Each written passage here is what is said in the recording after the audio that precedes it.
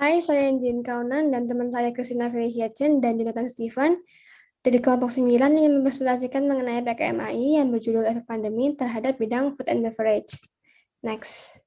Latar belakang. Kita sebagai manusia memerlukan makanan dan minuman untuk bertahan hidup. Dari zaman dulu, manusia selalu mempunyai cara untuk mencari makanan, bisa dalam bentuk berburu maupun menanam. Setelah beberapa abad, manusia memerlukan cara untuk mengawetkan makanan dengan garam.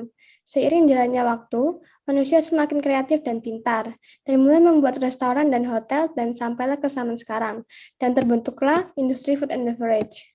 Next. Apa itu food and beverage? Food and beverage itu adalah sektor usaha di bidang makanan dan minuman.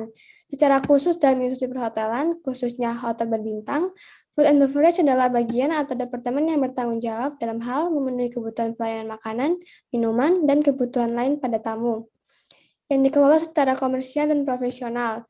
Contoh food and beverage ialah restoran, kafetaria, kafe, fast food, layanan transportasi makanan, dan lainnya. Next. Food and beverage akan selalu berkembang dan tidak akan berhenti berkembang karena food and beverage adalah salah satu bidang yang sangat penting dan seiring terus bertambahnya jumlah produk, khususnya di Indonesia, volume kebutuhan terhadap food and beverage pun terus meningkat. Namun, karena ada pandemi COVID-19, kita ingin mengetahui apa yang terjadi kepada bidang food and beverage. Next. COVID-19 yang mempengaruhi food and beverage. Tahu kita, kasus pertama muncul di Desember 31, 2019 di China.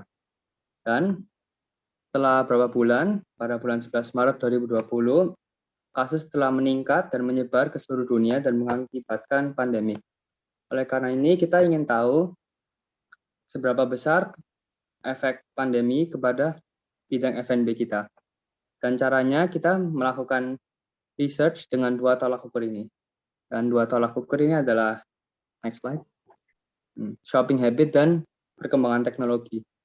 Shopping habit adalah kebiasaan belanja konsumen. Kita menggunakan ini sebagai tolak ukur karena kita ingin tahu perubahan shopping habit orang sebelum pandemi mulai dan setelah pandemi. Dan kita meyakini pasti shopping habit akan berubah sebelum dan setelah pandemi. Perkembangan teknologi adalah salah satu tolak ukur yang kita pakai karena adanya COVID, bidang F&B menginovasikan banyak cara untuk menarik konsumen. Salah satu contohnya adalah bayaran non-tunai lewat handphone, dan shopping habit dan ini akan bisa membantu kita mengetahui dampaknya COVID kepada bidang F&B. Lalu yang selanjutnya, dampak COVID-19 dan solusi pada bidang F&B. Dampak dari COVID pada bidang F&B, yang pertama, karyawan perusahaan yang harus mendapatkan PHK karena perusahaan sudah tidak mampu membayar gaji karyawannya, dikarenakan pendapatan tidak sesuai dengan pengeluaran. Lalu yang kedua, beberapa industri mengalami kebangkrutan dan mengharuskan tutup dikarenakan kondisi wabah COVID ini. Lalu yang ketiga, berkurangnya jumlah pelanggan yang berkunjung ke gerai dan melakukan pembelian.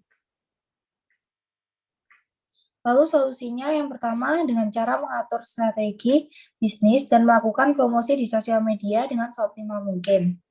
Lalu yang kedua, lebih memfokuskan terhadap order online delivery karena pada saat ini pelanggan lebih banyak memesan dari rumah dibandingkan datang ke tempat secara langsung. Lalu yang ketiga, mengatur dana pengeluaran operasional perusahaan ke depannya agar tidak terjadinya lonjakan pengeluaran dana dibandingkan dengan pendapatannya, maka harus diatur sedini mungkin.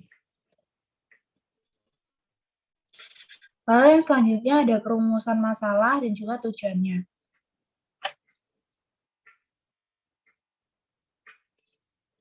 Dan yang terakhir, manfaat program teoritis.